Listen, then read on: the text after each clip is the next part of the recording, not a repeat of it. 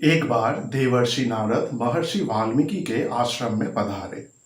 महर्षि वाल्मीकि और देवर्षि नारद इन दोनों को आप सब भली भांति जानते हैं। देवर्षि नारद इधर उधर घूमते रहते हैं। स्वर्ग, मर्त, पाताल, किसी भी लोक में वो कभी भी जा सकते हैं और वहां से आ सकते हैं। उनके मुंह में नारायण का नाम होता है। उनको एक दिन ऐसा लगा कि चलो वाल्मीकि जी के आश्रम से होकर आते हैं, देख कर आते हैं वो कैसे है, उनका क्या हाल है, वो क्या सोच रहे हैं। और महर्षि वाल्मीकि जिन्होंने रामायण लिखा था, तो जब नारद मुनि वाल्मीकि जी के आश्रम में पधारे तो वाल्मीकि जी बहुत ही प्रसन्न हुए। उनको बहुत ही अच्छा लगा। खुश होकर उन्होंने नारद मुनि को बैठने के लिए आसन दिया, खाने के लिए कुछ भोजन दिया और जल ला के दिया। वैसे तो नारद मुनि अंतर्यामी थे, लेकिन वे लोगों के मन के साथ खेलना पसंद करते थे। उनको पता था कि महर्षि वाल्मीकि जी के मन में क्या चल रहा है, लेकिन फिर भी उन्होंने एक बार पूछ लिया, महर्षि, मुझे लगता है कि आपके मन में कोई प्रश्न है। मैं आशा रखता हूं कि आप मेरे पास उस प्रश्न को रखेंगे। महर्षि वाल्मीकि ने देवर्षि नारद से कहा, देवर्षि, आपने बिल्कुल सही समझा है। मेरे मन में एक प्रश्न है। मैं जानना चाहता हूं कि क्या इस पृथ्वी में कोई ऐसा व्यक्ति है जो एक साथ वीर हो, लेकिन फिर भी कोमल हो, विनम्र हो, जो कि कठोर हो लेकिन फिर भी नरम हो, जो कि मर्यादा में सर्वोत्तम हो, जो कि एक पुरुषोत्तम कहलाए। क्या इस पृथ्वी में ऐसी कोई मनुष्य है? नारद मुनि ने कहा, है। आपको तो पता होना चाहिए था महर्षि, लेकिन मैं आश्चर्य हूं कि आपको पता कैसे नहीं चला। महर्षि वाल्मीकि सोच में पड़ गए। उन्हें सोचते हुए देखकर देवर्षि नारद ने उनको प्रभु श्री राम के बारे में बताया, सीता मैया के बारे में बताया, लक्ष्मण जी के बारे में बताया। प्रभु श्री राम के जीवन की जितने भी सारे कहानियां थे, उन सब को देवर्षि ने मुनिवर के सामने उपस्थित किया। मुनिवर ने बहुत सोचा और वो आश्चर्यचकित हो गए। मैंने इस महापुरुष के बारे में कभी सोचा भी नहीं। मेरे पास इनका कोई ज्ञान नहीं है। ऐसा कैसे हो सकता है? समय आने पर देवर्षि नारद वहां से प्रस्थान कर गए, लेकिन महर्षि वाल्मीकि एक गहरी सोच में पड़ गए। महर्षि को ये सोचकर बुरा लग रहा था कि मैं एक योगी हूं, एक तपस्वी हूं, मैं ईश्वर का सेवक हूं, फिर भी मुझे श्री राम के बारे में कुछ पता नहीं चला। ऐसा सोचते सोचते समय बीत गया और संध्या काल आ गया। संध्या काल में महर्षि वाल्मीकि नदी में जाते थे स्नान करने के लिए। तो उन्होंने एक शिष्य को अपने साथ लिया और नदी के ओर वे जाने लगे। नदी के तट पर पहुंचते ही तब उनके मन में ये सब कुछ चल रहा था। उनके मन में ये सोच चल रहा था वाल्मीकि जी के। नदी के तट में जब वो जा पहुंचे तब सूर्यास्त होने लगा था और इधर उधर देखते वक्त महर्षि वाल्मीकि ने उस नदी के तट में एक क्रौंच दंपति को देखा। क्रौंच अर्थात सारस, वगुला। तो एक क्रौंच दंपति को देखा और वे दोनों उस वक्त संगम रत थे, मिलन रत थे। वे दोनों एक दूसरे के साथ एक मधुर समय व्यतीत कर रहे थे। ये सब सोच तो महर्षि वाल्मीकि के मन में चल रहा था, लेकिन फिर भी उस वक्त उन दोनों को देखकर वाल्मीकि जी के मन में एक प्रसन्नता आई। उन्होंने सोचा, ठीक है, एक दो प्राणी यहाँ पे आनंदमय समय व्यतीत कर रहा है, मैं इन लोगों के पास नहीं जाऊंगा, इन लोगों को इन लोगों के तरह रहने देता हूं। अब वो नदी के ओर जा रहे थे स्नान करने के लिए। ठीक उसी वक्त एक तीर आया और वो जो क्रौंच दंपति वहां थे उनके पास आया और उन दोनों की हत्या हो गई। उस तीर से उन दोनों की मृत्यु हो गई। महर्षि वाल्मीकि चौंक उठे, अरे ये क्या हुआ? अभी तो ये दोनों कितने सुंदर थे, जीवनमय थे, आनंदमय थे, लेकिन इसी वक्त इस तीर को आना हुआ और इन दोनों की मृत्यु हो गई। महर्षि को समझ में आ गया कि जरूर यहाँ पे कोई शिकारी है, कोई व्याध है।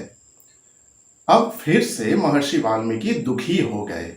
एक तो वे श्री राम के बारे में सोच रहे थे और दूसरा उनके सामने ही इस क्रौंच दंपति की मृत्यु हो गई और दुख के कारण उनके मुंह से कुछ वाक्य निकल आए जिनको श्लोक कहा जाता है। अब वो जो वाक्य निकल आए महर्षि वाल्मीकि को खुद ही पता नहीं था, वो जैसे ऑटोमेटिकली निकल आए उनके मुंह से। और जब वो निकल कर आए तो महर्षि वाल्मीकि फिर से चौंक उठे।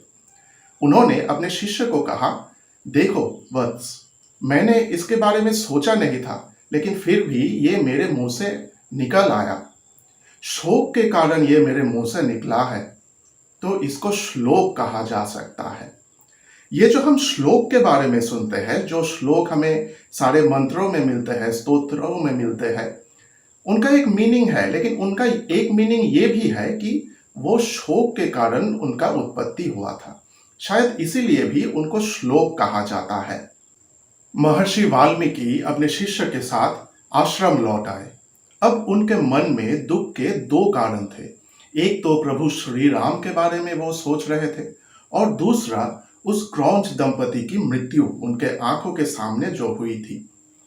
आश्रम पहुंचने के बाद उन्होंने अपने जितने भी सारे शिष्य थे उन सब से कहा कि मैं थोड़ा समय अकेला रहना चाहता हूं, मैं थोड़ा समय अपने आप बिताना चाहता हूं, तुम सब अपने अपने कार्य में लग जाओ।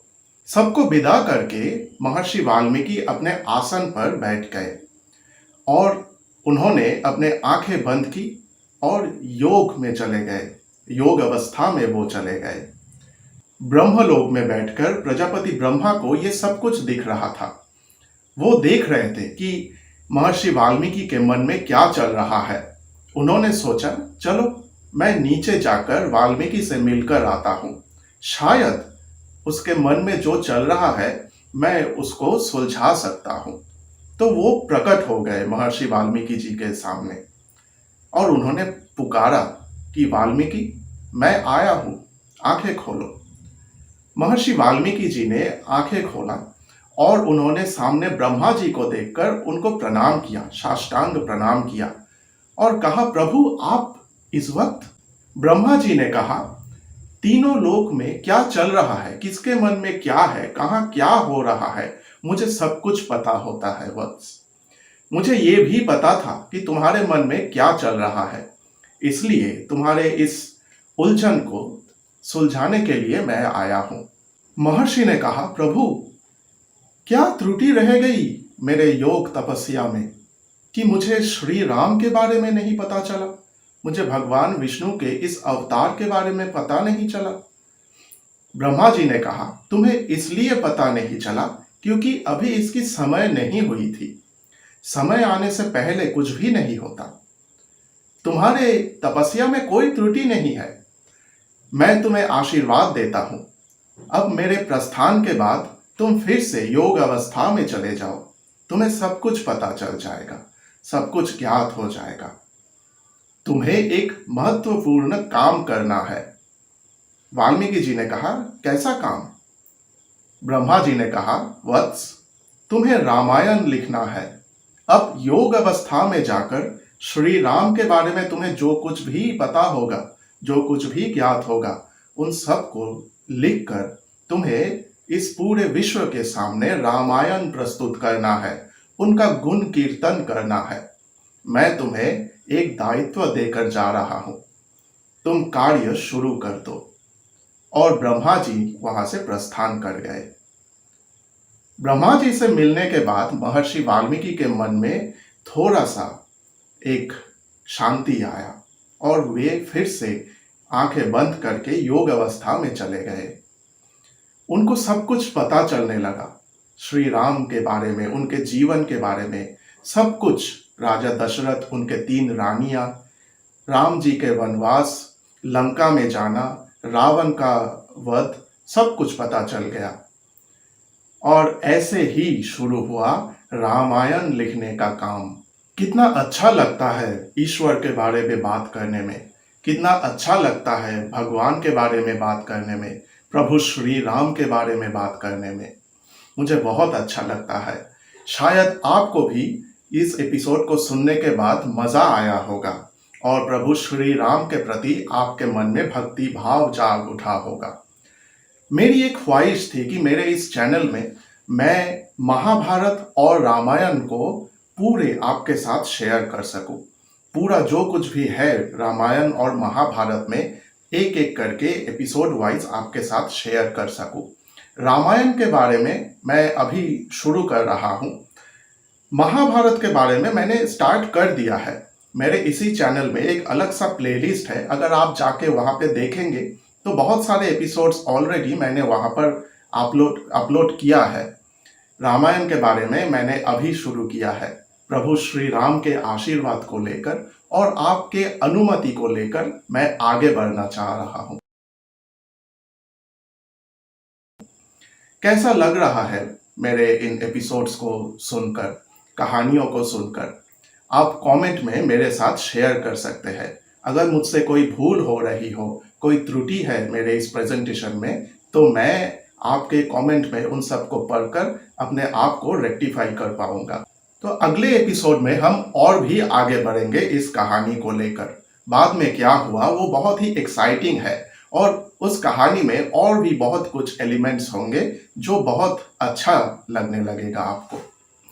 कमेंट ज़रूर कीजिए और मुझे बताइए कि कैसा लग रहा है।